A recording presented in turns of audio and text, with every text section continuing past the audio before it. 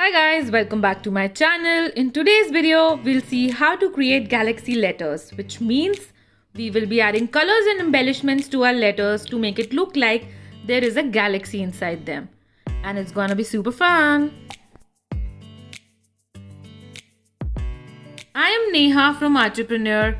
I share tips and tricks about easy to create art. And today, we're gonna learn about galaxies. So these are the supplies that I'll be using in the video. To create the galaxy effect, I'll be using both Tombow brush pens and current markers.